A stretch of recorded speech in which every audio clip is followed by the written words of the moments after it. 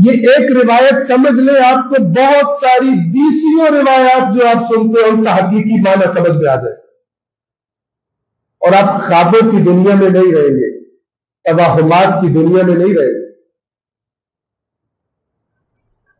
اس روایت میں ایک بات کی گئی اور پھر اس بات کی وضاحت بھی کی۔ آپ روایات میں پڑھتے ہیں نا، سنتے ہیں، مثلا جس نے ایک آنسو بہایا اس کے سارے گناہ معاف ہو گئے، اس کا حقیقی معنی کیا ہے؟ اس روایت کو آپ سمجھ لیں، آپ کو یہ ساری اس طرح کی روایات سمجھ میں آ جائے، کیونکہ آدھی تصویر خطرناک ہوتی ہے جب تک مکمل تصویر سامنے نہیں۔ نہ قرآن نہ اہل بیت کسی بھی بات کو بغیر عمل کے قبول نہیں کرتے۔ انسان زبان سے بات کرے، ایک دعویٰ کرے، لیکن اس کی عملی زندگی اس کے دعوے کی تصدیق نہ کر رہی ہو، مخالفت کر رہی ہے۔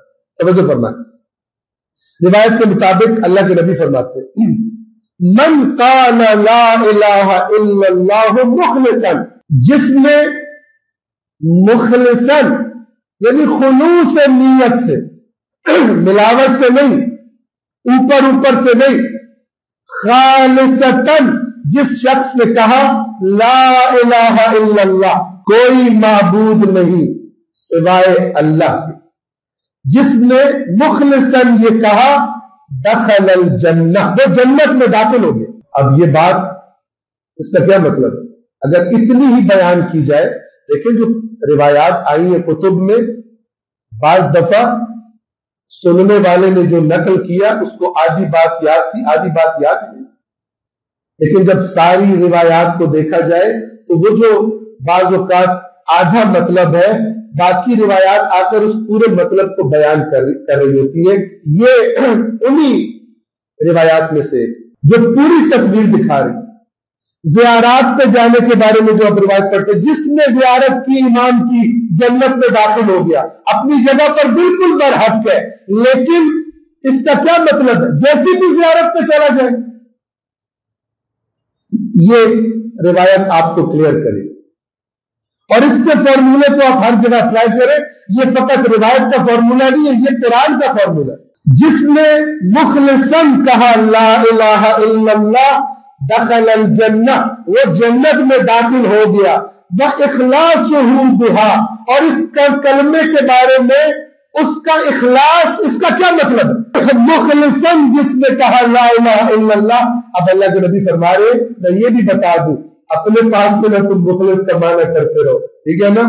میں بتائی دوں، وضاحت کر دوں کہ مخلصاً کلمہ توحید پڑھنے کا معنی کیا ہے۔ کم اس کے کہ اگلا حصہ بیان کروں، پہلے قرآن کی آیت بیان کروں۔ سورۃ العنکبوت آیت نمبر 2، اور بھی آیات ہے، یہ ایک آیت ذرا زیادہ واضح ہے جو ہم کئی بار تکرار کرتے رہتے۔ عنکبوت آیت نمبر 2، احسب الناس، کیا لوگوں نے یہ سمجھا ہے، ان یترکوا، کہ انہیں چھوڑ دیا جائے گا، ان یقولوا آمنا، کہ انہوں نے کہہ دیا کہ ہم ایمان لے آئے، وہم لا یفتنون، اور ان کی آزمائش نہیں کی جائے گی کہ یہ جو بولا ہے یہ اصل میں بولا ہے یا اوپر سے بولا، یہ فقط لکلکہ زبان تھا یا نہیں، قلب و روح میں اتری ہوئی بات تھی جو زبان پر جاری ہوئی۔ اب اس آیت کو ذہن میں رکھتے ہوئے سنیے، اللہ کے نبی فرماتے ہیں وَإِخْلَاصُهُ بِهَا، اور وہ شخص کہ جو کلمہ لا الہ الا اللہ کہہ رہا ہے، اس کلمے کے بارے میں اس کا اخلاص یہ ہے ان حجزہ لا الہ الا اللہ عما حرم اللہ، کہ یہ لا الہ الا اللہ اس کو ان تمام کاموں سے روک دے جو اللہ نے حرام کیے۔ اب دیکھیے کیا مطلب ہے اس کا، ورنہ تو بڑا آسان ہے۔ ہم نے تو بچپن میں ایک علاقے میں جا کر ایک بندے کو علاقہ غیر میں ٹرائبل ایریا میں چرس بیچتے ہوئے دیکھا تھا، ہاتھ میں تسبیح کی سبحان اللہ پڑھ رہا تھا۔ تو دین کی تو کئی تصویریں بنائی جا سکتی،